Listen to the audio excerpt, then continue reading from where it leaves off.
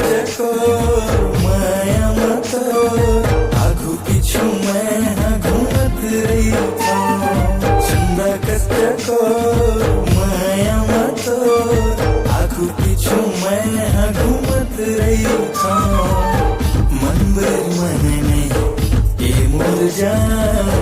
कैसे बताऊं मोर दिल के अरमान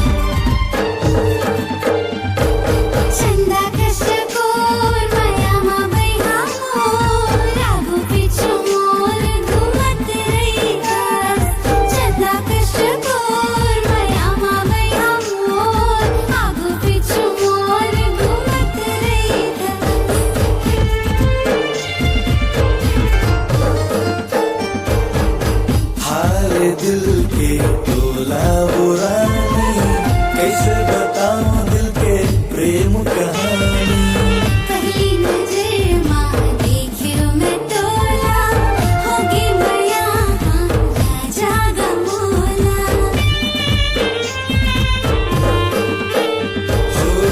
हाल दिल के तोला बुरानी कैसे बताऊं